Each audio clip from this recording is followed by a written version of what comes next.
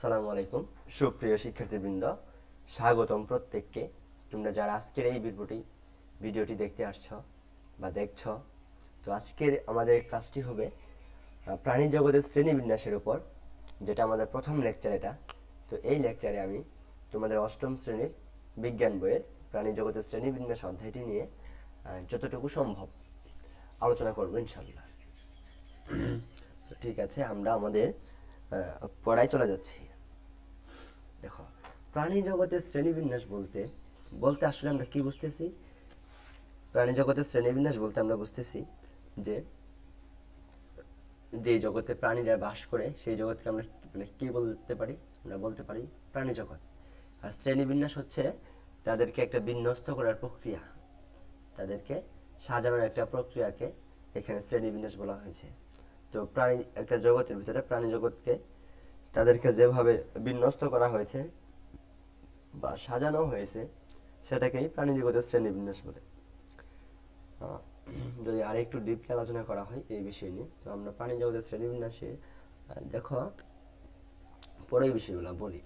দেখো, প্রাণী জগতের শ্রেণীবিন্যাসের ক্ষেত্রে দেখো সেটা হচ্ছে যে পৃথিবীতে এখন পর্যন্ত প্রায় 13 লক্ষ প্রজাতির প্রাণী রয়েছে। 13 লক্ষ প্রজাতির 13 লক্ষ প্রজাতির প্রাণী, ঠিক আছে। তো এতগুলা প্রাণী, 13 লক্ষ প্রজাতির প্রাণী, অনেক একটা বিশাল সংখ্যক প্রাণী না?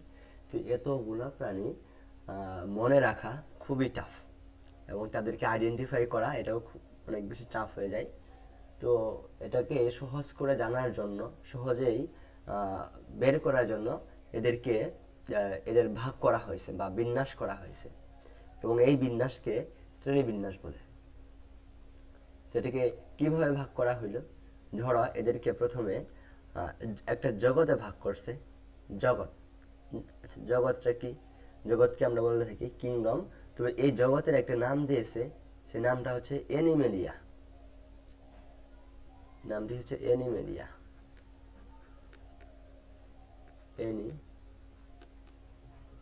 এনিমেলিয়া জগতে, ঠিক আছে।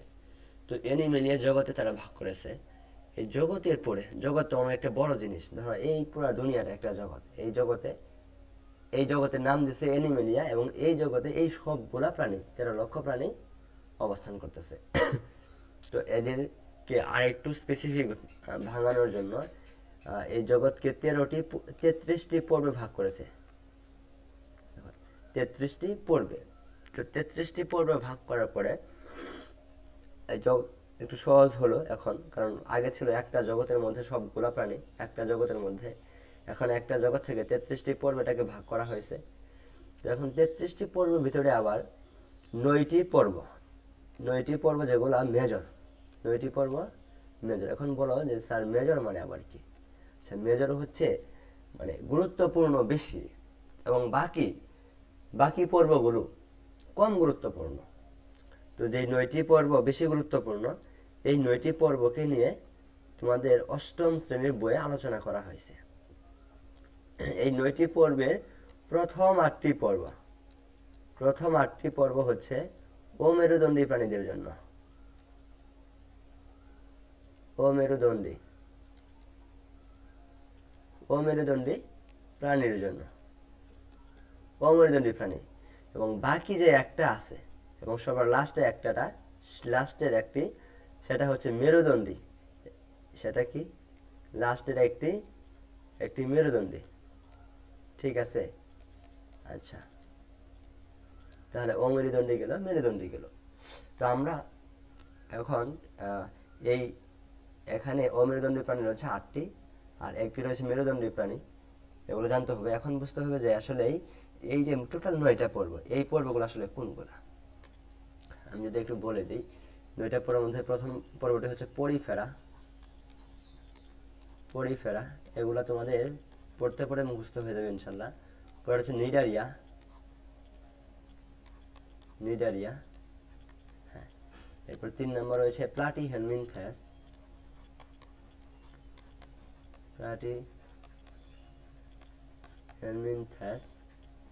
4 রয়েছে নেমা হেলমিনথেস। তো এটাকে আমরা এখন নেমাটোডা বলা হয়, নেমাটোডা, নেমাটোডা বলা হয়। এবং 5 নাম্বার রয়েছে অ্যানিলিডা, অ্যানিলিডা, অ্যানিলিডা, অ্যানিলিডা। এবং 6 নাম্বার রয়েছে আর্থ্রোপোডা, আর্থ্রোপোডা। এরপরে 7 নাম্বার গরুটি হচ্ছে মলাস্কা। 8 নাম্বার পর্বটি হচ্ছে একাইনোডার্মাটা।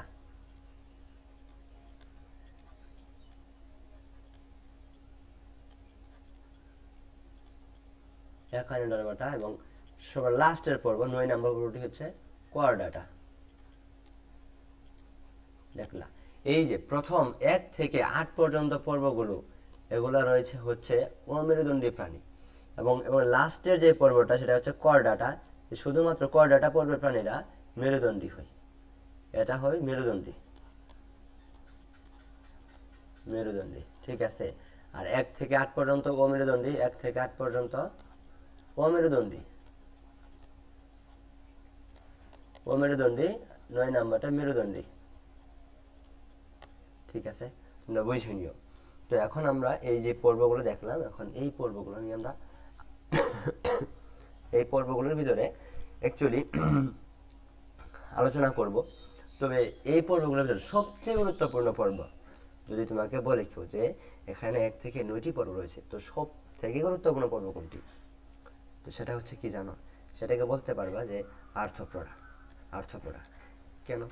দেখো, সবগুলাই গুরুত্বপূর্ণ, কিন্তু গুরুত্বপূর্ণের মাঝে একটু অধিক প্রায়োরিটি দেব মানে কাকে, সেটা হচ্ছে আর্থ্রোপোডা। তারপরে কি হতে পারে? তারপর হতে পারে নিডারিয়া, এটা গুরুত্বপূর্ণ অনেক বেশি। আর্থ্রোপোডা সবচেয়ে বেশি, তারপর বলতে হবে নিডারিয়া, এগুলো অনেক গুরুত্বপূর্ণ। এদিক দিয়ে আরো যেগুলো আছে এগুলো গুরুত্বপূর্ণ। এবং কোয়াড্রাটা আমরা পড়ব। তো আজকের এই পর্বে আমরা আর্থ্রোপোডা পড়ব। আর্থ্রোপোডা নিয়ে বিস্তারিত পড়ব। তারপর হচ্ছে নিডারিয়া নিয়ে বিস্তারিত পড়ব, পরিফেরা পড়ব ইনশাল্লাহ, আর প্লাটিহেলমিনথেস পড়ব।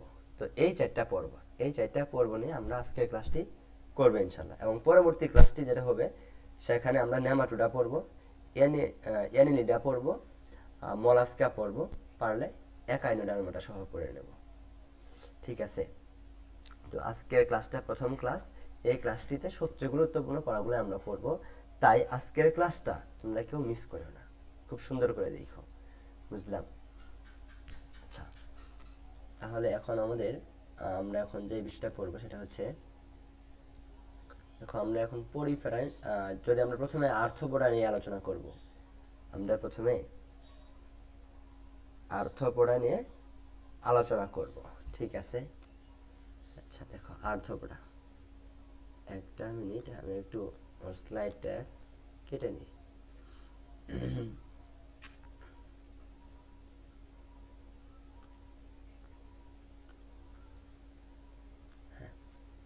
আমরা আর্থ্রোপোডা নিয়ে আলোচনা করব।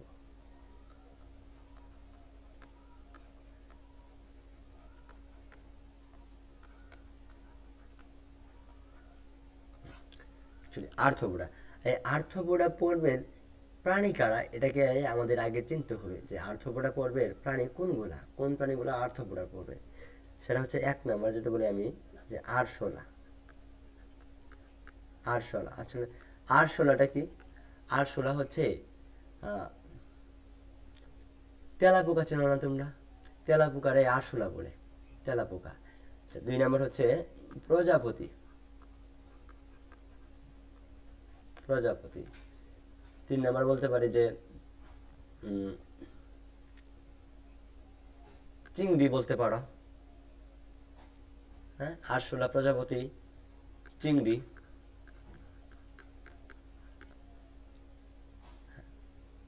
বলতে পারো মৌমাছি। হ্যাঁ, তো এই মোটামুটি এগুলো। তো তোমাদের বইয়ে মনে হয় আরশোলা, প্রজাপতি আর অন্য কিছু রয়েছে। ঠিক আছে, দেখি তো তোমাদের বইয়ে আসলে কি দেওয়া আছে। তোমাদের বইয়ের ক্ষেত্রে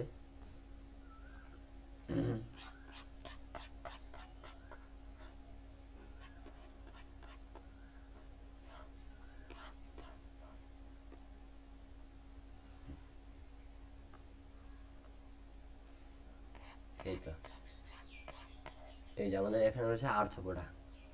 হ্যাঁ, তো আর্থ্রোপোডা তো আর্থ্রোপোডা থেকে এখানে আমার কি রয়েছে একটু দেখাই যদি তোমাদেরকে। আর্থ্রোপোডা, আর্থ্রোপোডা শব্দের এই যে প্রজাপতি, চিংড়ি, আরশোলা আর একটা কাকটা। ঠিক আছে, এইগুলা হচ্ছে এই আর্থ্রোপোডা পুরো উদাহরণ। উদাহরণ বলতে এই পর্বে প্রাণীরা কারা হয়, প্রজাপতি, চিংড়ি, আরশোলা, কাকটা। এখন এই পর্বের যে পড়াশোনা, এখানে দেখো এই আর্থ্রোপোডা থেকে এখানে যে আর্থ্র শব্দের অর্থ হচ্ছে সন্ধি, সন্ধি, আর পড়া শব্দের অর্থ হচ্ছে পা। তার মানে আর্থ্রোপোডা বলতে কি বুঝতেছি আমরা, সন্ধিযুক্ত পা, সন্ধিযুক্ত পা। ঠিক আছে, সন্ধিযুক্ত পা। তো আর্থ্রোপোডা মানে কি বলতে পারছি, যে সন্ধিযুক্ত পা। এখন দেখো আমাদের এইখানে আর্থ্রোপোডা সন্ধিযুক্ত পা বলতে যে পাগুলা যেটা যুক্ত অবস্থায় আছে, দেখো তো এই যে একটা, দুইটা, তিনটা, চারটা, এগুলা সবগুলা যুক্ত অবস্থায় আছে এবং এদের খণ্ডায়িত হইলেও এরা মিলনস্থল আছে আর কি। তো দেখো আমরা যদি পরবর্তী জিনিসগুলো দেখি, যদি পরবর্তী বিষয়গুলো দেখি, এখানে কি বলছে যে মস্তকের কথা বলছে। আর্থ্রোপোডা প্রাণী এর ক্ষেত্রে কি বলতেছে, মস্তক। কিভাবে বুঝবা এটা মস্তকের কথা বলতেছে, এখানে বিষয় হলো একটা প্রাণীর ধরো মানুষের কয়টি অংশ থাকতে পারে, মাথা, দেহ, পা, তাই না? তো আর্থ্রোপোডা পড়বে এদেরকে বলছে যে এই সম্মুখ অংশটা মস্তক, পরে এদের একটু বক্ষ আর একটা উদর। এদের দেহকে তিনটি ভাগে ভাগ করেছে, একটা মস্তক, আর একটা বক্ষ, আর একটা উদর। এই তিনটি ভাগে আর্থ্রোপোডা প্রাণীর দেহকে ভাগ করেছে। অ্যাকচুয়ালি তাদের দেহকে তিনটা ভাগে ভাগ করা হয়, এই ভাগগুলা। এবং এদের যেহেতু এদের নামের সাথেই বলা হয়েছে যে এরা সন্ধিযুক্ত উপাঙ্গ, এদের নামই কি বলছে, আর্থ্র মানে কি সন্ধি, আর পরাস মানে পা, মানে সন্ধিযুক্ত পা থাকে। তো তুমি কি বলতে পারো তাহলে এদেরকে বলতে পারো না যে এরা সন্ধিযুক্ত উপাঙ্গ বিদ্যমান। উপাঙ্গ বলতে কি, অঙ্গ, এদের অঙ্গগুলো সন্ধিযুক্ত। আচ্ছা, তারপরে বৈশিষ্ট্য দেখো, বলছে যে মাথায় এক জোড়া পুঞ্জাক্ষী ও অ্যান্টেনা থাকে। আচ্ছা, পুঞ্জাক্ষী আর অ্যান্টেনাটা কি দেখো।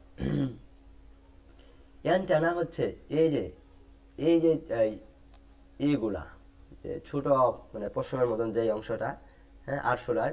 তো এগুলো হচ্ছে অ্যান্টেনা। এগুলো হচ্ছে অ্যান্টেনা। এই অ্যান্টেনা দিয়ে আরশোলা কি করে জানো, আরশোলা গ্রান নেই, অ্যান্টেনা দিয়ে আরশোলা গ্রান নেই, গ্রান বা উদ্দীপনা, এগুলা অ্যান্টেনা আরশোলা অ্যান্টেনা দিয়ে বুঝতে পারে। আর পুঞ্জাক্ষী হচ্ছে এগুলো চোখের মতো কাজ করে। পুঞ্জাক্ষী এই যে সামনে যেগুলো দেখতেছো, এই যে এগুলো হচ্ছে পুঞ্জাক্ষী। তো পুঞ্জাক্ষী আরশোলার ক্ষেত্রে চোখকে পুঞ্জাক্ষী বলতেছে, আর আমাদের চোখকে যেটা আমরা চোখই বলি। তো আরশোলার ক্ষেত্রে সেটা কি, পুঞ্জাক্ষী। এটা মনে রাখবা, পুঞ্জাক্ষী। তাহলে পুঞ্জাক্ষী কয়টা, এই পাশে একটা, এই পাশে একটা, দুইটা। আর অ্যান্টেনা থাকে, অ্যান্টেনা আসলে এক থেকে দুই জোড়া থাকতে পারে। এখানে বলছে যে মাথায় এক জোড়া পুঞ্জাক্ষী ও অ্যান্টেনা থাকে। তো পুঞ্জাক্ষী এক জোড়া থাকে, এটা সঠিক। এখন অ্যান্টেনা কি এক জোড়া থাকবে, এটা সঠিক না। এক জোড়াও থাকতে পারে, দুই জোড়াও থাকতে পারে। দেখো এই যে এখানে একটা, এখানে একটা, দুইটা, এখানে একটা, তিনটা। তো তিনটা তো আমাদের এখানে দেখাই যাচ্ছে ছবিতে, তাই না? তার মানে কি এক জোড়া অধিক থাকতে পারে। তারপরে দেখো দেহ, নরম দেহ কার্টিন সমৃদ্ধ শক্ত আবরণ দ্বারা আবৃত। এখন তোমাকে বুঝতে হবে এই লাইনটা, নরম দেহ।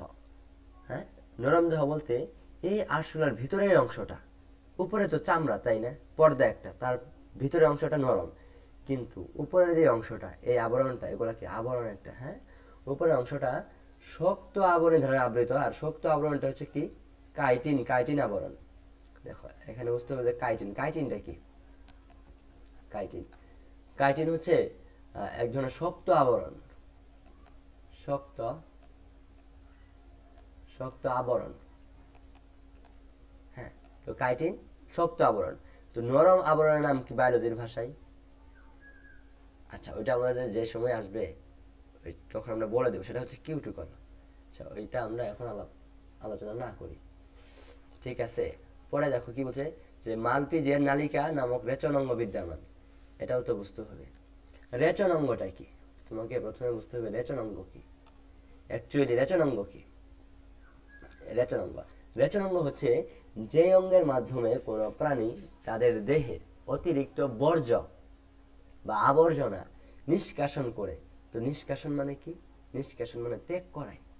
মানে যে অর্গানের মাধ্যমে বা যে অঙ্গের মাধ্যমে একটা প্রাণী তার ভেতরের আবর্জনাগুলোকে, হতে পারে মলমূত্র বা অন্য কোনো কিছু, হ্যাঁ, তো ভেতরের আবর্জনাকে সে বাহিরে বের করে দেয়, তো ওই অঙ্গের নাম হচ্ছে রেচনাঙ্গ। মানে যে অঙ্গ দিয়ে রেচন কাজ সম্পন্ন করে। বুঝলাম? তো ওই অঙ্গের নাম, এই রেচন অঙ্গের নাম মালপিজিয়ান নালিকা। এখন দেখো, রেচন অঙ্গের নাম এক এক প্রাণীর এক একটা হইতে পারে। যেমন আমরা মানুষ, তো আমাদের রেচন অঙ্গ কি? আমাদের রেচন অঙ্গ হতে পারে বৃক্ক, আমরা কিডনি বলি। তো কিডনিতে কি হয়? রেচন কাজ করে, কিন্তু কিডনি ভেতরের অংশ, পচা অংশগুলোকে বাড়ি করে দেয়। বুঝছ? তো অনেক কিছু হইতে পারে। অন্য প্রাণীর জন্য অন্য একটা আছে। তো এটা তাহলে মানে তোমাকে বুঝতে হবে এটাই, যে আর্থ্রোপোডা পর্বের প্রাণীর রেচনাঙ্গের নাম মালপিজিয়ান নালিকা। এই মালপিজিয়ান নালিকার মাধ্যমে, বা মেলপিজিয়ান নালিকা তোমরা বলতে পারো, যে মেলপিজিয়ান নালিকার মাধ্যমে তারা রেচন কাজ সম্পন্ন করে। আর একটা খুবই গুরুত্বপূর্ণ কথা, সেটা হচ্ছে এই হিমোসিল।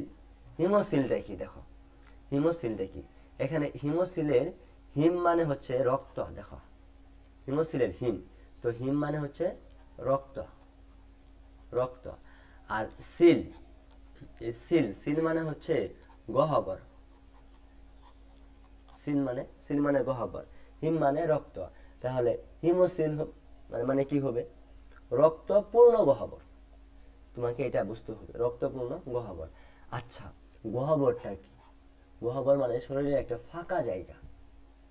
শরীরের একটা ফাঁকা জায়গাকে আমরা গহ্বর বলি। ঠিক আছে? তো গহ্বর, এখন এই আর্থ্রোপোডা পর্বের প্রাণীদের এই গহ্বরটা রক্তে পূর্ণ থাকে। যেহেতু রক্তে পূর্ণ থাকে, সেহেতু এটাকে বলা হয় রক্তপূর্ণ গহ্বর। এই যে হিমোসিল, সেহেতু বলা হয় কি? রক্তপূর্ণ গহ্বর। তাহলে দেহের রক্তপূর্ণ গহ্বর হিমোসিল নামে পরিচিত। বুঝলাম? তাহলে আর্থ্রোপোডা পর্বের আমাদের কি কি কিওয়ার্ড আছে, যেগুলো আমাদের জানতেই হবে। যদি আমি তোমাদেরকে একটু নোট ম্যাপ করে দেই, আমি একটু নোট ম্যাপ করে দেই। হ্যাঁ, দেখো, আর্থ্রোপোডা পর্বের জন্য কিওয়ার্ডগুলো আমি এখানে লিখে দিই। যে আর্থ্রোপোডা কিওয়ার্ড, 1 নম্বর কিওয়ার্ড কার জন্য? আর্থ্রোপোডা।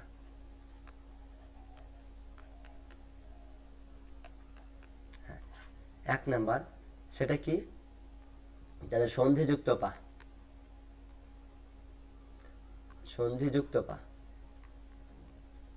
হ্যাঁ, 2 নম্বর, 2 নম্বরটা কি? এদের দেহ, দেহ 3টি অংশে বিভক্ত, 3টি অংশে বিভক্ত। কি কি? যে মস্তক, বক্ষ, উদর। মস্তক, বক্ষ, আর একটা কি? উদর। এরা, বুঝলাম? এই 3টি অংশে দেহটা আচ্ছা, 3টি অংশে। আচ্ছা, 3 নম্বরটা কি? দেখো, সন্ধিযুক্ত পা থাকে বা সন্ধিযুক্ত উপাঙ্ক বা পা। এরপরে কি? দেহ 3টি অংশ বিভক্ত, সেটা কি? মস্তক, বক্ষ, উদর। তারপরে আমাদের কি থাকলো? দেখো, আমাদের ক্ষেত্রে এখানে হতে পারে যে ওই যে চোখের ক্ষেত্রে চোখ আর অ্যান্টেনা, তাই না? তো চোখকে আমরা কি বলি? যে এক জোড়া পুঞ্জাক্ষী, এক জোড়া পুঞ্জাক্ষী বলি। চোখকে পুঞ্জাক্ষী বলি, পুঞ্জাক্ষী ও অ্যান্টেনা। এখন অ্যান্টেনা এক জোড়া থাকতে পারে, বেশিও থাকতে পারে। অ্যান্টেনা, পুঞ্জাক্ষী আর অ্যান্টেনা। তো পুঞ্জাক্ষী কি হিসেবে কাজ করে? চোখের হিসেবে কাজ করে, দেখতে সহায়তা করে। আর অ্যান্টেনা কি করে? ঘ্রাণ উদ্দীপনা নেই, ঘ্রাণ উদ্দীপনা নিতে সহায়তা করে। অ্যান্টেনা কোনটা? হচ্ছে ছোট চিকন যে এরকম অংশটা, হ্যাঁ, মানে অ্যান্টেনা। অ্যান্টেনার কাজ কি? ঘ্রাণ আর উদ্দীপনা। আচ্ছা, থাক, এটা হয়তো সমস্যা হলে থাক, উদ্দীপনা গ্রহণে সহায়তা করে। আচ্ছা, 4 নম্বর, এটা কি বলতে পারে? যে তাদের পুঞ্জাক্ষী গেল, পরে অ্যান্টেনা গেল, তাদের আর কি হইতে পারে? যে তাদের একটা অঙ্গ থাকে, সেটা হচ্ছে তাদের রেচন অঙ্গের কথা বলা হয়েছে। কি, কিসের কথা? দেখো রেচন কাজ কিন্তু প্রায় সব প্রাণী করে, তাই না? রেচন অঙ্গ, রেচন অঙ্গ, রেচন অঙ্গটা কি? যে অঙ্গের মাধ্যমে সে তার দেহের বর্জ্য পদার্থ নিষ্কাশন করে বা বের করে দেয়, সেটা হচ্ছে রেচন অঙ্গ। তো তার তার রেচন অঙ্গের নাম, তার রেচন অঙ্গের নাম হচ্ছে মেলপিজিয়ান, মেলপিজিয়ান নালিকা, মেলপিজিয়ান নালিকা। যে নালিকার মাধ্যমে তারা তাদের দেহের বর্জ্য পদার্থগুলো বাহিরে নিষ্কাশন করে দেয়। 5 নাম্বার ক্ষেত্রে সেটা কি মনে রাখতে পারি, সেটা হচ্ছে তাদের গহ্বর কেমন। তাদের গহ্বর হচ্ছে হিমোসিল। তাদের গহ্বর কেমন? তাদের গহ্বর হচ্ছে হিমোসিল। তো হিমোসিল বলতে কি বুঝি আমরা? এই যে হিম বলতে হিম, হিম থেকে আসছে রক্ত, আর সিল মানে হচ্ছে গহ্বর, তাহলে হিমোসিল মানে হচ্ছে রক্তপূর্ণ গহ্বর, রক্তপূর্ণ গহ্বর। বুঝলাম, এই মোটামুটি এইগুলোই হলেই হয়। আর কি উদাহরণ? কি উদাহরণ হচ্ছে আরশোলা,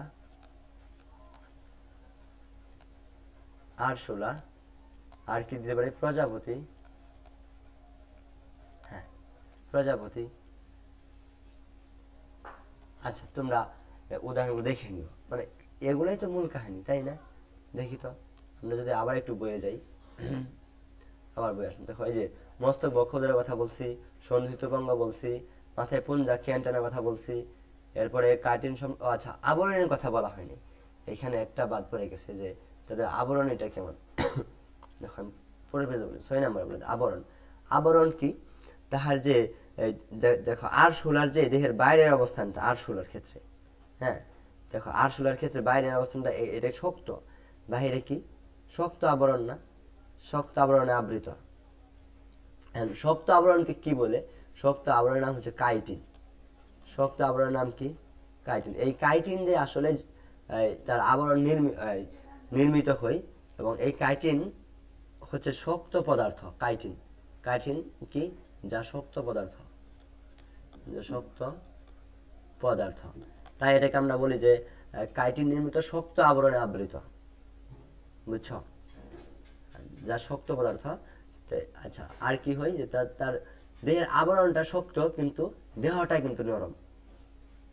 এটাকে সুন্দরভাবে কি মানে কিভাবে লিখে দেয়?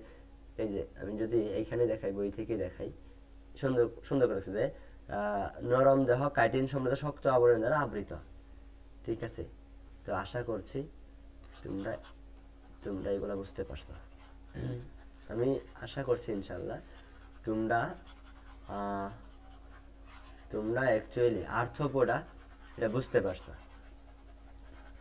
আর্থপোডা বুঝতে পারছো ইনশাল্লাহ। কারো যদি তারপরেও আর্থপোডাতে সমস্যা থাকে তো আমাকে বলিও। আমি শুধু এখন একটু কি দেব, যে তোমরা এটা মনে রাখবা যে সন্ধিযুক্ত উপাঙ্গ বিদ্যমান, যেগুলো মনে রাখবা, এই যে পুঞ্জা খিয়ানটানা থাকে, হ্যাঁ এরপরে আবরণটা কেমন? কাইটিন আবরণ। পরে এই যে রেচন অঙ্গ, ভেরি ভেরি ইম্পর্টেন্ট, তার রেচন অঙ্গ কেমন? রেচন অঙ্গের নাম কি? মালপিজিয়ান নালিকা। আর গহ্বর, গহ্বরটা কেমন? রক্তপূর্ণ গহ্বর, যাকে কি বলে? হিমোসিল। তাহলে এই কথাগুলো মনে রাখবা। যদি আমাদের কোশ্চেনগুলো এরকম হয়, শুধু বলবে যে হিমোসিল আছে কোন প্রাণীর, তো তোমাকে ধরতেই হবে যে হিমোসিল কার, আর্থপোডা পড়বে, তো আর্থপোডা পড়বে বৈশিষ্ট্য লিখতে হবে, বুঝছো? এভাবে বলতে পারে যে মালপিজিয়ান নালিকা নামক রেচনাঙ্গ বিদ্যমান, ওই পর্বের প্রাণীর বৈশিষ্ট্য লিখো। তাহলে তোমাকে বুঝতে হবে যে মালপিজিয়ান নালিকা বলতে এটা কার, এটা আর্থপোডার। তো তোমাকে সরাসরি কোশ্চেনে বলবে যে আর্থপোডা পর্বের বৈশিষ্ট্য লিখো বা আর্থপোডা পর্ব সম্পর্কে আলোচনা করো, তোমাকে আর্থপোডা পর্বের একটা প্রাণীর বৈশিষ্ট্যের কথা দিয়ে লিখতে বলবে, বুঝলাম? অথবা বলবে যে পুঞ্জা খিয়ানটানা থাকে, ওই পর্বের প্রাণীর বৈশিষ্ট্য আলোচনা করা। তখন তোমাকে কি করতে হবে? তখন তোমাকে আর্থপোডা পর্বের প্রাণীর বৈশিষ্ট্য লিখতে হবে। তো আশা করছি হোপফুলি তোমরা এটা বুঝতে পারছো। আমরা এখন পরবর্তী পর্বতে যাব। আচ্ছা, পরবর্তী পর্বের জন্য আমরা চলে আসবো 1 নাম্বার পর্বে। প্রথমে 1 নাম্বার পর্ব, আচ্ছা 1 নাম্বার পর্ব সেটা কি? পরিফেরা। 1 নাম্বার পর্ব যা হচ্ছে পরিফেরা। এটা আমরা কিভাবে করি দেখো, এই পরিফেরা শব্দটা দুইটা অংশে বিভক্ত, একটা পরাস আর একটা ফেরি। এই পরাস শব্দের অর্থ হচ্ছে ছিদ্র, ছিদ্র। আর ফেরি শব্দের অর্থ হচ্ছে বহন করা। কি করা? বহন করা। তাহলে পরাস আর ফেরি এই দুইটা শব্দ একত্রিত হয়েছে যে পরিফেরা এই নামটা। পরাস আর ফেরি দুইটা সংমিশ্রণে আমরা পাই পরিফেরা, এবং এই পরিফেরা শব্দের অর্থ হচ্ছে ছিদ্রযুক্ত, ছিদ্র, ছিদ্রযুক্ত, ছিদ্রযুক্ত, বা যারা ছিদ্র বহন করে, যেই প্রাণীরা ছিদ্র বহন করে দেহে তাদেরকে আমরা পরিফেরা পর্বের অন্তর্ভুক্ত করছি। বুঝলাম? তো দেখো, এই পরিফেরা পর্বের প্রাণীদেরকে স্পঞ্জ নামে পরিচিত। এদেরকে স্পঞ্জ নামে বলা হয়, এদেরকে ডাকা হয় কি নামে? স্পঞ্জ নামে। এই যে পরিফেরা পর্বের প্রাণীরা সাধারণত স্পঞ্জ নামে পরিচিত। ঠিক আছে, স্পঞ্জটা তোমরা শুধু একটু মনে রেখে দাও, স্পঞ্জ। এখন আমরা অন্য আলোচনা আসি। এখানে দেখো এই যে পর্বটা, প্রাণীর নামটা কি? উদাহরণটা কি? স্পঞ্জিলা স্কাইফা। এটা হচ্ছে স্পঞ্জিলা, এটার নাম হচ্ছে স্কাইফা। আমি যদি একটু উচ্চারণগুলো আমি লিখে দিই,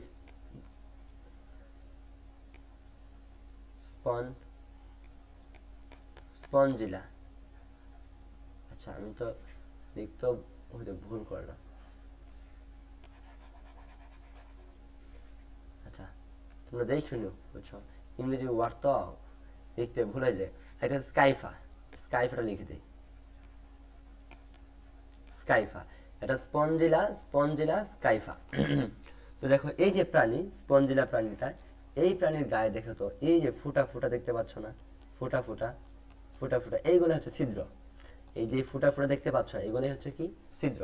এই ছিদ্র দিয়ে সে কি করে? আচ্ছা, আল্লাহ পাক যে একটা প্রাণীকে ছিদ্র দিছে, এটা কি এমনি এমনি দিছে? বলো, এটা কি এমনি এমনি দিছে? নাকি ওই ছিদ্রগুলো আসলে কোনো না কোনো কাজ আছে? কাজ ছাড়া কি এমনি দিছে? এমনি তো দেয় নাই। তো কি কাজ আছে এই ছিদ্রগুলো? কি করে? এই তাদের দেহে যে ছিদ্রগুলা, এই ছিদ্রগুলা দিয়ে আসলে অ্যাকচুয়ালি এরা হচ্ছে এদের ভিতরে অক্সিজেন বহন করে, পানি গ্রহণ করে ছিদ্রপথ দিয়ে, এবং খাদ্যবস্তু গ্রহণ করে। বুঝছো? তাহলে পানি প্রবেশ করায়, খাদ্য প্রবেশ করায়, এবং অক্সিজেন গ্রহণ করে। তো সেটাই এখানে বলছে যে দেখো, এখানে বলছে যে এই যে দেহ প্রাচীর অসংখ্য ছিদ্রযুক্ত। কেন ছিদ্রযুক্ত? কারণ পরিফেরা নাম থেকে আমরা পাইছি যে এরা ছিদ্র বহন করে, তার মানে এরা ছিদ্রযুক্ত। এবং এই ছিদ্রপথে যে ছিদ্রগুলো আছে, ছিদ্রপথে পানির সাথে অক্সিজেন ও খাদ্যবস্তু প্রবেশ করে। দেখছো, এইটা তার মানে কি? এই ছিদ্রপথে পানি প্রবেশ করে, এবং ওই প্রাণীর সাথে অক্সিজেন যায় আর খাদ্যবস্তু যায়, কারণ খাদ্যবস্তু ছাড়া তো সে বাঁচত না। ঠিক আছে, তো আমরা জানবো কি এদেরকে ছিদ্রাল প্রাণী বলা হয়, বা এদের দেহ ছিদ্রযুক্ত, এবং ওই ছিদ্রপথ দিয়ে কি কি যায়? অক্সিজেন আর খাদ্যবস্তু বা খাদ্য। এখন এই দুইটা কথা, যে সরলতম বহুকোষী প্রাণী আর এইগুলা নাই, এগুলা সে আসলে কি, এটা যদি আমি একটু এক্সপ্লেইন করি। দেখো, আমি এক্সপ্লেইন করছি এখানে যে পরিফেরার ক্ষেত্রে, আচ্ছা, পরিফেরা সেটা কি? দেখো তো, হ্যাঁ, পরিফেরাটা হচ্ছে তোমাদেরকে বলি, এই এই যতগুলা প্রাণী আছে দুনিয়াতে, যতগুলা প্রাণী আছে, সব প্রাণীরই ধরো তারা কি দিয়ে গঠিত? তারা কোষ নিয়ে গঠিত, কোষ দিয়ে গঠিত। হ্যাঁ, ধরো আমরা যে মানুষ, আমরা বহু কোষ দিয়ে গঠিত, অনেক কোটি কোটি কোষ আমাদের শরীরে। তো কোটি কোটি কোষ মিলিত হয়ে আমাদের একটি মানব দেহ গঠিত হয়েছে। বুঝছ? তো এদের প্রাণী, এই সবগুলা প্রাণী আসলে কোষ দিয়ে গঠিত হয়। তো এই পরিফেরা পৌর প্রাণীরা, তারা অনেকগুলা কোষ থাকে, তাদের দেখে বহু কোষ থাকে, বহুকোষী। এটা কি? বহুকোষী, কারণ এদের কোষ থাকে, অনেক কোষ থাকে, তাই এদেরকে বহুকোষী বলা হয়। এখন দেখো, বহুকোষের পরে আরেকটা জিনিস হচ্ছে যে টিস্যু।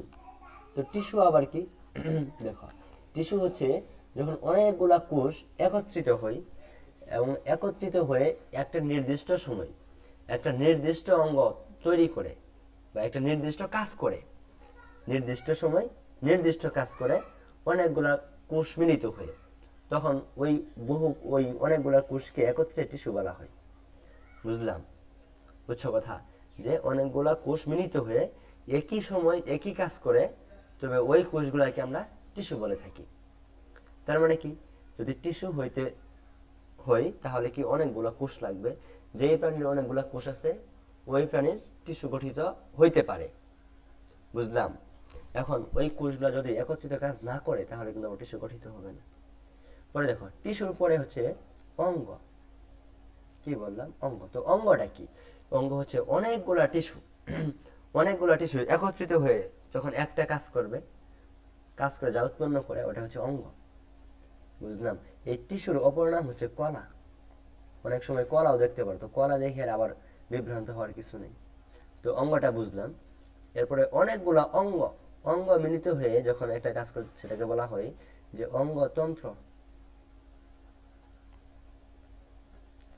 অঙ্গতন্ত্র। তাহলে কি বুঝলাম? অনেকগুলা কোষ দিয়ে প্রাণী গঠিত হই, আমরা সেটাকে বলবো কি, বহুকোষী। এবং অনেকগুলা কোষ মিলিত হয়, যে মানে যখন একটা নির্দিষ্ট কাজ করে তখন সেটাকে আমরা বলি টিস্যু। অনেকগুলা টিস্যু মিলিত হয়ে যখন কাজ করে তৈরি করে অঙ্গ, অনেকগুলা অঙ্গ মিলিত কাজ করে তৈরি করে অঙ্গতন্ত্র। তার মানে বুঝলাম। তো পরিফেরা পর্বের ক্ষেত্রে পরিফেরা পর্বের প্রাণীর ক্ষেত্রে এদের এদেরকে বলা হয় বহুকোষী। মানে এদের কোষ অনেক থাকে। এদেরকে বলা হয় বহুকোষী, এদের অনেক কোষ থাকে। এবং এরা প্রাচীনতম প্রাণী। বুঝছ? অনেক আগের একটা প্রাণী, তাই এদেরকে বলা হয় যে সরলতম প্রাণী। প্রাচীনতম বা সরলতম প্রাণী বলা হয় এদের। আচ্ছা, বহুকোষী প্রাণী এটা জানলেই হবে। এখন দেখো, তো বহুকোষী প্রাণী থেকে পরে কি হতে পারে? টিস্যু। কারণ অনেকগুলা কোষ থাকলে তো সে টিস্যু গঠন করতে পারে, তাই না? কিন্তু পরিফেরা পর্বের প্রাণীরা টিস্যু গঠন করতে পারে না। টিস্যু গঠন করতে পারে না। আচ্ছা, কেন পারে না? কারণ তাদের এই কোষগুলা একত্রে একটা কাজ করে না কোনো সময়। একত্রে একটা নির্দিষ্ট কোনো কাজ করে না বলে তাদের টিস্যু টিস্যু গঠিত হয় না। টিস্যু বলতে এখানে সুগঠিত টিস্যু। বুঝলাম? সুগঠিত একটা শব্দ দিয়ে দিব যে সুগঠিত। সুগঠিত মানে পরিপূর্ণ একটা সুগঠিত টিস্যু গঠন হয় না। গঠন হয় না। বুঝলাম? এরপরে কি বলতে পারো যে এর তো টিস্যু গঠন হয় না। তো টিস্যু যদি গঠন মানে মানে গঠিত না হয় তাহলে অঙ্গ গঠন হয় না। কেন? কারণ অনেকগুলো টিস্যু মিলে তো অঙ্গ তৈরি হয়। তো টিস্যুই নেই, তাহলে অঙ্গ অঙ্গ কিভাবে আসবো? তো অঙ্গ গঠিত হয় না। অঙ্গ গঠিত হয় না। তো অঙ্গর পরে কি? অঙ্গতন্ত্র না? তো যার অঙ্গ গঠিত হয় না তার কি অঙ্গতন্ত্র গঠিত হবো? বলো তো, ইম্পসিবল না? অঙ্গতন্ত্র কি গঠিত হবো? এটা তো ইম্পসিবল, চিন্তাই করা যায় না। তার মানে পরিফেরা পর্বের প্রাণীর ক্ষেত্রে আমরা কি বলতে পারি? হ্যাঁ, এটা একটু সুন্দর করে লিখতে পারি না যে এরা সরলতম বহুকোষী। সরলতম বহুকোষী, এক কথায়। তারপর বলতে পারবা কি যে এদের টিস্যু টিস্যু অঙ্গ, আর এটা কি অঙ্গতন্ত্র। একটা মিনিট,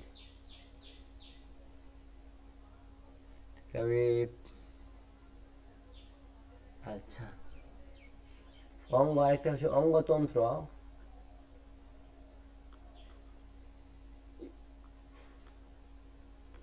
গঠিত হয় না। গঠিত হয় না। ঠিক আছে। তারপরে বলবা যে তাহলে আমাদের এগুলা শেষ হলো। আর এর এর আগে তো আমরা শিখছি যে এদের কি এদের ছিদ্র থাকে। এই জন্য এদেরকে বলা হয় কি ছিদ্রযুক্ত প্রাণী, বা কি যে ছিদ্র বহন করে। তুমি বলতে পারো যে ছিদ্রযুক্ত প্রাণী। আচ্ছা,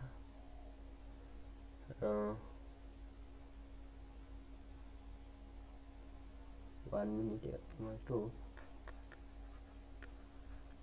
ছিদ্রযুক্ত প্রাণী, এবং ওই ছিদ্রপথে কি করে, ছিদ্রপথে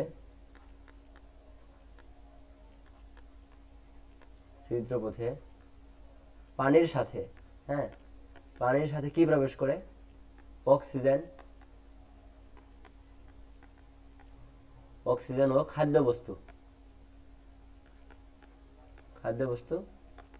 পানির সাথে প্রবেশ করে। আর কি আছে, কি বলতে পারো যে এই যে সরলতম বহুকোষী টিস্যু অঙ্গতন্ত্র গঠিত হয় না, ছিদ্রযুক্ত প্রাণী এবং ছিদ্রপথে পানির সাথে অক্সিজেন ও খাদ্যবস্তু প্রবেশ করে। তুমি এরপরে উদাহরণ বলতে পারো যে স্পঞ্জিলাস কাইফা, হ্যাঁ,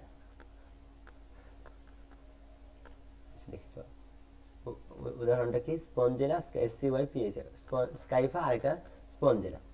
তো একটু দেখে নিবা। তো এটা বললেই আসলে পরিফেরা হয়ে যায়। ঠিক আছে, তো আমরা দেখি। তো এই যে বলছে কি, একটু ড্র করে নেই, এগুলো একটু কেটে দেই।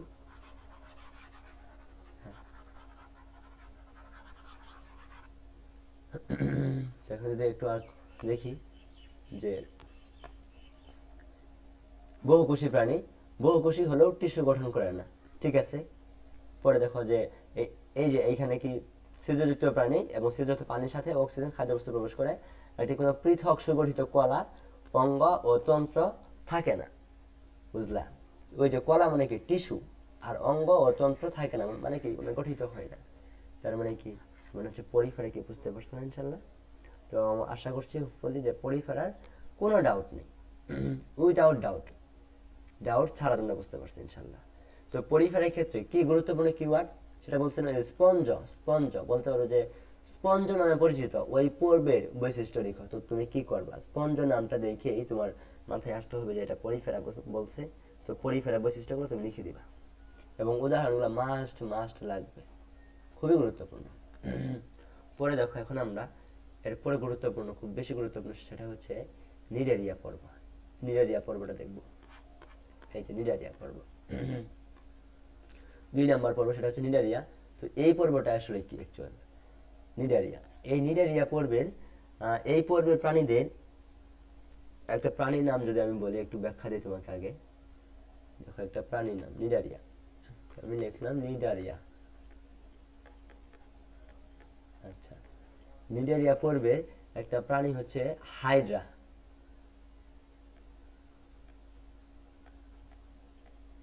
প্রাণী হচ্ছে হাইড্রা, মানে উদাহরণের প্রাণী যেটা থাকে হাইড্রা।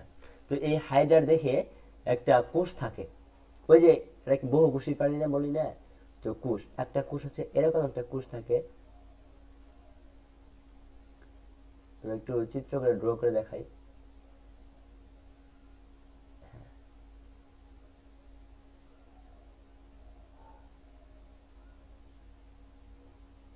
হ্যাঁ, এরকম একটা কোষ থাকে। তো এই কোষের এটা একটা কোষ, এই কোষটার নাম দিয়েছে তারা নিউরোসাইট।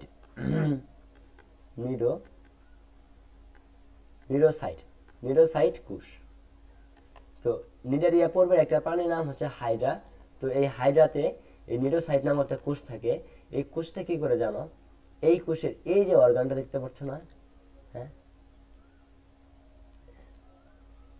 দেখো এই অর্গানটা দেখো অনেকটা শক্ত হয় এবং তুখার বা তীক্ষ্ণ, অনেক তীক্ষ্ণ। এই অর্গানটা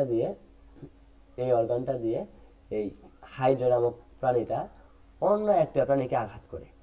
কেন আঘাত করে? কারণ হচ্ছে ওই কোনো একটা প্রাণীকে দেখলে আঘাত করে এবং সেটাকে আঘাত করার পরে সে খেয়ে ফেলে। এই যে এটা হচ্ছে ঢাকনার মতো অনেকটা, এটা এই অংশটা ঢাকনার মতন থাকে, ঢাকনা।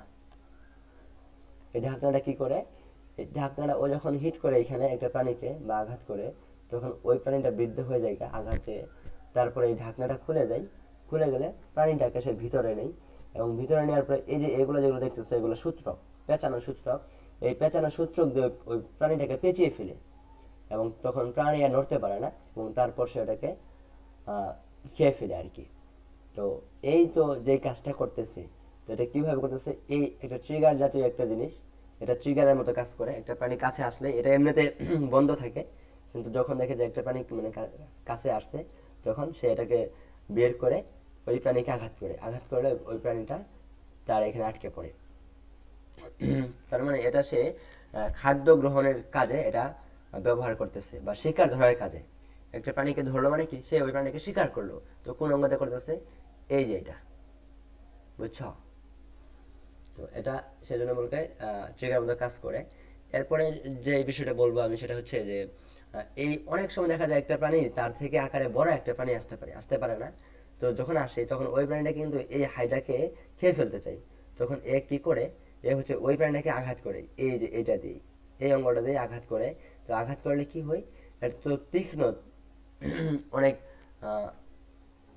মানে ধারণার মতো এরকম অনেকটা। তো এটাতে আঘাত করলে সে আঘাত পেয়ে সরে যায় আর কি। সরে গিয়ে তার মানে কি, এই অঙ্গটা দিয়ে ওই হাইড্রাটা কি করতেছে, তার তার নিজেকে সেফ করতেছে, আত্মরক্ষা করতেছে। আত্মরক্ষা করে, আত্মরক্ষা করতেছে, আবার শিকার ধরার কাজ করতেছে, আবার এটা দিয়ে চলন কাজও সম্পন্ন করে, এটা দিয়ে চলন কাজ সম্পন্ন করে। তো এই যে কোষ, সেটা কি কোষ? নিডোসাইট কোষ। কোষটার নাম নিডোসাইট কোষ। এই নিডোসাইট কোষের মাধ্যমে হাইড্রা তার প্রয়োজনীয় যে কত গুরুত্বপূর্ণ কাজ, এগুলা কি একটা প্রাণীর সবচেয়ে গুরুত্বপূর্ণ কাজ, এই গুরুত্বপূর্ণ কাজগুলা সম্পন্ন করতেছে। কি কি? একটা শিকার ধরতেছে, শিকার ধরা, আত্মরক্ষা, আত্মরক্ষা মানে কি, নিজেকে সেফ করতেছে। আরেকটা কি করতেছে? চলন কাজ, মানে সে চলাচল করে, এই অঙ্গদে চলন কাজে সহায়তা করে, চলন কাজে সহায়তা করে। এই তিনটা কাজ যে করতেছে, এই তিনটা কাজ খুব গুরুত্বপূর্ণ ছিল না হাইড্রার জন্য, এবং তাই এই এই কোষটাকে বিশেষ কোষ নামে অভিহিত করা হয়েছে। কেন? কারণ শিকারের কাজ করতেছে এই কোষের মাধ্যমে, আত্মরক্ষা করতেছে, চলন কাজ করতেছে, তাই এটাকে বিশেষ কোষ বলেছে তোমাদের বইয়ে। তো হাইড্রার ক্ষেত্রে এই কোষটা অ্যাকচুয়ালি, আরেকটু যদি আলোচনা করি, হাইড্রার প্রাণীটা বা নিডারিয়া পর্বের প্রাণীগুলো আসলে দুই স্তর বিশিষ্ট হয়, দুই স্তর বিশিষ্ট। তো দুই স্তর বিশিষ্ট বলতে কি, এদের দেহে দুইটা স্তর থাকে। একটা স্তর থাকে ভিতরের দিকে,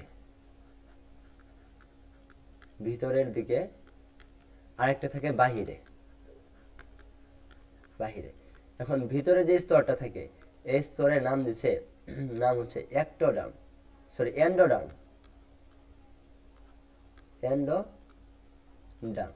আর যেটা বাহিরের স্তর, বাইরের দিকে স্তর থেকে, এটা সেটার নাম দিচ্ছে যে একটোডার্ম, একটোডার্ম। এখন তোমাকে বুঝতে হবে, দেখো তো শেষে এখানেও ডার্ম আছে, এইখানেও ডার্ম আছে। তো ডার্ম মানে কি আসলে, অ্যাকচুয়াল ডার্ম মানে কি? দেখো, ডার্ম মানে হচ্ছে ত্বক, বায়োলজির ভাষায় বা বিজ্ঞানের ভাষায় ডার্ম মানে ত্বক। তো আমাদের ত্বক থাকে, মানে চামড়ার ত্বক থাকে। তো এটা হচ্ছে কি, যে পর্দা, দুইটা স্তর মানে কি, দুইটা পর্দা, একটা ভিতরের পর্দা আর একটা বাহিরের পর্দা। তো ভিতরের পর্দা নাম হচ্ছে এন্ডোডার্ম, এন্ডোডার্ম, এবং বাহিরের নাম হচ্ছে একটোডার্ম। তো এখন বিষয় হচ্ছে, তো আমাদের এই নিডোসাইট কোষ, যেই কোষটা শিকার ধরা, আত্মরক্ষা, চলন কাজে সহায়তা করে, এই কোষটা হাইড্রার কোন অংশে থাকে? এটা তো একটা কোষ, তাই না? তো হাইড্রার দেহ কি অসংখ্য কোষ নিয়ে গঠিত। তো এই কোষটা অ্যাকচুয়ালি হাইড্রার কোন অংশে থাকে যদি আমি দেখাই, দেখো একটা হাইড্রা যদি আমি একটু আঁকাই, বা তোমাদেরকে বই থেকেই দেখাই। দেখো আমি যদি হাইড্রাকে দেখাই একটু, দেখো এই যে হাইড্রা, হাইড্রা না, এই যে এটা হচ্ছে হাইড্রা। তো হাইড্রার ক্ষেত্রে এই যে হাইড্রা প্রাণীটা দেখতে এরকম। তো এখানে দুইটা স্তর আছে, হ্যাঁ, দুইটা স্তর থাকে, একটা ভিতরের স্তর আর একটা বাহিরের স্তর। তো এইখান থেকে দেখো আমরা কেমন দেখলাম হাইড্রাটা, দেখলাম এরকম না, অনেকটা এরকম যায়। যদি আমার চিত্রটা একটু খারাপ হইতেছে, তোমরা বুঝলেই হয়েছে, হ্যাঁ। এইগুলা যে সূত্রক থাকে, এগুলা এগুলা এই 6টি থেকে 10টির মধ্যে থাকে। তো যাই হোক, এটা ধরো হাইড্রা, যদিও দেহটা এরকম বাগানো থাকে না। তো হাইড্রার ক্ষেত্রে এই দুইটা স্তর থাকে, হ্যাঁ, দুইটা স্তরের, একটা ভিতরের দিকে আর একটা বাইরের দিকে, তাই না? তো ভিতরের স্তরটা আর একটু এপাশে যাই, দেখো এই নিডোসাইট কোষটা আসলে ভিতরের স্তরে থাকবে নাকি বাইরের স্তরে থাকবে, সেটা কিভাবে বুঝবা তুমি? দেখো নিডোসাইট কোষটা কি কাজ করে? শিকার, আত্মরক্ষা, চলন। তো যেহেতু এই কাজগুলা করে, এই কাজগুলো যদি সে করে, সে যদি ভিতরে থাকে, তার দেহের ভিতরে থাকে, তাহলে একটা প্রাণীকে দেখে ভিতর থেকে সে যখন এই ট্রিগারটা বের করবে, বের করলে এবং সে আঘাত করবে, তখন কিন্তু তার বাইরে যে পর্দা আছে বা স্তর আছে, ওই স্তরে কি আঘাতটা লাগবে না? তো লাগলে সে কি ব্যথা পাবে না? তো ব্যথা পেলে কি সে আবার ওই প্রাণীটাকে যে মানে বিদ্ধ করতে পারবে? পারবে না, বা পারলেও এরকম হিট হবে না। এবং এটাকে, এই নিউরোসাইট কোষটাকে যদি তুমি বাহিরে রাখো, যে বাহিরে স্তরে রাখো, তাহলে কিন্তু সে সহজেই অন্য একটা মানে প্রাণীকে হিট করতে পারবে এবং সে সহজেই মানে তাকে ধরতে পারবে, তাই না? সেই জন্য এই নিউরোসাইট কোষটা আমাদের বাইরের স্তরে থাকে এবং তুমি এইভাবে মনে রাখবা যে এটা কোন পাশে থাকে। সেজন্য নিউরোসাইট কোষটা নিউরোসাইট কোষটা হাইডার ভিতরের স্তরে থাকে, সরি বাহিরের স্তরে থাকে। সেটা কি? অ্যাক্টোডার্ম। বাইরের স্তরে কোনটা? অ্যাক্টোডার্ম। তার মানে বলতে পারবো না যে দুই স্তর বিশিষ্ট একটা অ্যান্ডোডার্ম, অ্যাক্টোডার্ম। তারপর বলতে পারবো যে নিউরোসাইট নামক বিশেষ কোষ থাকে।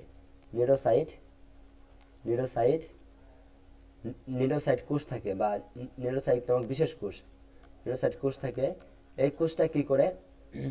এটি এটি আত্মরক্ষা, হ্যাঁ, তুমি এগুলো লিখবে যে আত্মরক্ষা, পরে শিকার ধরা, হ্যাঁ, শিকার, পরে চলন, এই তিনটা কাজে সহায়তা করে। এবং এখানে এটা বলতেই হবে যে নিউরোসাইট কোষের অবস্থানটা কোথায়। সেটা বলবো যে এটা হাইডার অ্যাক্টোডার্মে অবস্থান করে। অ্যাক্টোডার্ম মানে কি? বাইরের স্তরে অবস্থান করে। যে নিউরোসাইট কোষ থাকে এবং যায় অ্যাক্টোডার্মে অবস্থান করে। এটি আত্মরক্ষা, চলন, শিকার ধরায় কাজ করে। ঠিক আছে, তো এখন আমরা একটু বয়ে যাই, দেখি। আর উদাহরণ কি দিবা? উদাহরণ দিবা হাইড্রা আর একটা ওবেলিয়া। হাইড্রা আর একটা ওবেলিয়া। যদিও বই এইভাবে আছে যে ইংলিশে ওবেলিয়া।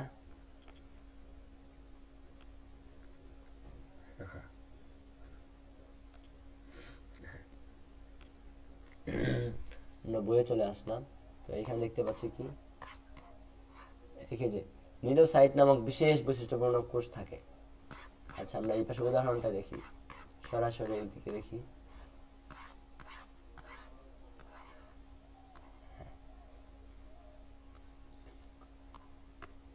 এখানে কি রয়েছে? যে দুইটি ভ্রূণীয় কোষস্তর দ্বারা গঠিত। তো ভ্রূণীয় কোষস্তর বলতে, ভ্রূণ বলতে তাদের জন্মের আদি অবস্থা, একদম শিশু যখন জন্মগ্রহণ করে, তো তখন এটাকে বলা হয় যে ভ্রূণীয় অবস্থা। তো বলছে যে দুইটি ভ্রূণীয় কোষস্তর থাকে, হ্যাঁ, তাদের দুইটা কোষ থাকে। তুমি এইভাবে মনে রাখতেই হবে যে দুইটি কোষস্তর থাকে বা আবরণ। যে দেহের বাইরের দিকের স্তরটি অ্যাক্টোডার্ম, এবং ভিতরের স্তরটি অ্যান্ডোডার্ম। তো ডার্ম মানে কি বলছিলাম? ত্বক, ত্বক। এরপরে বলছে, দেখছো যে দেহ গহ্বর। আচ্ছা, এই কথাটা আমরা বলা হয়নি, এটা আমি বলতেছি, দাঁড়াও। এরপরে যে এদিকে বলতেছি কি, অ্যাক্টোডার্মে নিউরোসাইট নামক বিশেষ বৈশিষ্ট্যপূর্ণ কোষ থাকে। যে নিউরোসাইট নামক কোষ এটাই কেন বলছে যে বিশেষ মানে বৈশিষ্ট্যপূর্ণ? সেটা কি কারণ? কি? শিকার ধরা, আত্মরক্ষা, চলন, এই তিনটি কাজ করে। এবং এর অবস্থানটা কোথায়? অ্যাক্টোডার্মে। অ্যাক্টোডার্ম বলতে কি? দেহের বাইরের স্তরে অবস্থান। তো অ্যাক্টোডার্মে নিউরোসাইট নামক কোষ থাকে এবং এই কোষগুলো শিকার ধরা, আত্মরক্ষা, চলন ইত্যাদি কাজে অংশ নেয়।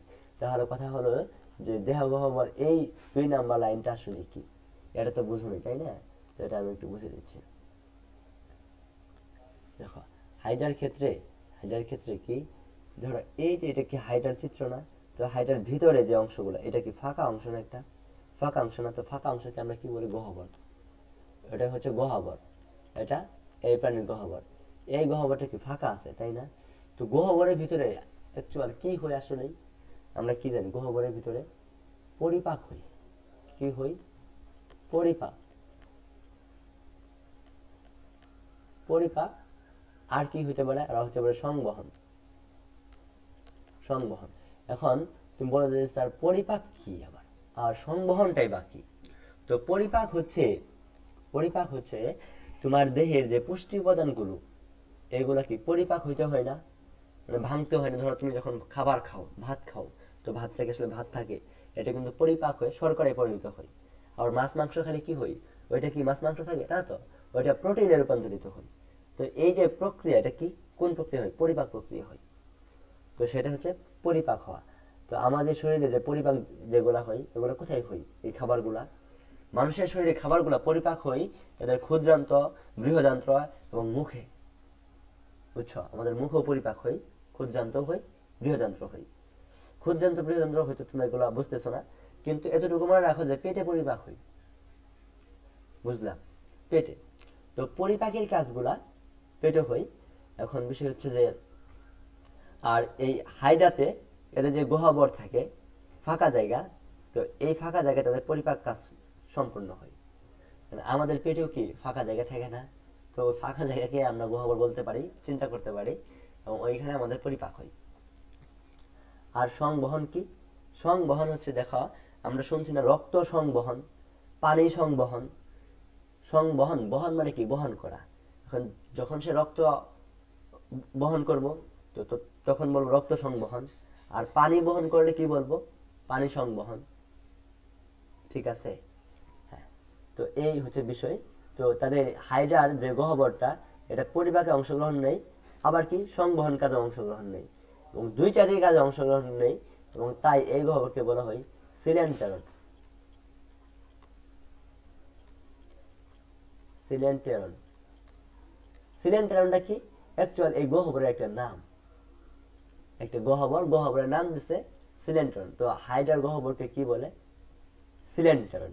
এই সিলেন্টেরনে কি হয় অ্যাকচুয়াল? সিলেন্টেরনে মানে গহ্বরে কি হয়? পরিপাক কাজ হয় আর সংবহন হয় না। তো গহ্বর মানে তো মানে সিলেন্টেরন, একটা নাম দিছে জাস্ট। তো এই সিলেন্টেরনে কি হবে? পরিপাক হবে আর একটা সংবহন হবে। ঠিক আছে? এই যে এখন যদি তুমি একটু দেখো, এই যে দেখছি দেহ গহ্বরকে সিলেন্টেরন বলে। এটা এটা একাধারে পরিপাক ও সংবহনে অংশ নেই। বুঝতে পারলা? তার মানে দুইটা কোষস্তর থাকে, দুইটা কোষস্তর থাকে। বাইরের দিকের স্তরটা হলো একটোডার্ম, ভিতরের স্তরটা হলো এন্ডোডার্ম। এরপরে দেহ মানে গহ্বরকে সিলেন্টেরন বলে, যা পরিপাক আর সংবহনে অংশ নেই। এরপরে এই যে একটোডার্ম, একটোডার্ম মানে কি? বাইরের স্তর। এই বাইরের স্তরে একটা কোষ থাকে, ওই কোষের নাম কি? নিউরোসাইট নামক কোষ। এই নিউরোসাইট নামক কোষ কি করে? কি করে? সেটা হচ্ছে শিকার ধরার কাজ করে, আত্মরক্ষা করে, এবং চলন কাজে সহায়তা করে বা অংশ নেই। ঠিক আছে? এটা কি মুখস্থ করতে হবে? একটু বুঝলেই হয়ে যায় না? হ্যাঁ। তো এটাই হচ্ছে এই যে উদাহরণ হচ্ছে হাইড্রা আর একটা ওবেলিয়া। তো ঠিক আছে, আমাদের আজকের পর্বটি এইখানে আমরা শেষ করছি। আমার ইচ্ছা ছিল যে প্লাটি হেলমিনথিস নিয়েও আলোচনা করার, কিন্তু ভিডিওটা লং হয়ে গেল, এবং এখন অলরেডি আজান হয়ে যাচ্ছে মাগরিবের। তো তাই আজকে আর ভিডিওটা লং করতেছি না। আমি আশা করছি তোমরা এগুলো বুঝতে পারছো। এবং আমি যদিও এই যে এইখানে তোমাদেরকে একটা বিষয় দেখিয়ে দিই, যে বিষয়টা আমি এর আগে বলছিলাম, আলোচনা করছিলাম, সেটা হচ্ছে দেখো, একটা মিনিট, যে পর্বের কথা বলছিলাম যে 9টা পর্ব: Porifera, Cnidaria, Platyhelminthes, Nematoda, Annelida, Arthropoda, Mollusca, 11 জার্মাটা, কর্ডাটা। এই যে এখান থেকে 1 থেকে 9টা। এবং যে জগতের কথা বলছিলাম সেটা হচ্ছে অ্যানিমেলিয়া জগৎ। এই জগতের আন্ডারে 9টা পর্ব রয়েছে এইগুলা। হ্যাঁ। তো এই কর্ডাটাকে আবার দ্বারা ভাগ করছে 3টা উপপর্বে। হ্যাঁ। আচ্ছা, এইগুলো আমরা পরে পড়বো না, কিন্তু বুঝলেই হয়েছে, এগুলো বুঝছো না? হ্যাঁ। তো এখান থেকে আমরা আজকে পরিফেরা পড়েছি, নিডারিয়া পড়েছি আর্থ্রোপোডা, 3টা পড়েছি। তো বাদ বাকিগুলোকে আমরা নেক্সট পড়বে, অন্য একটা লেকচারে পড়বো ইনশাআল্লাহ। তো ধন্যবাদ, তোমরা সবাই ভালো থাকো। আল্লাহ হাফেজ।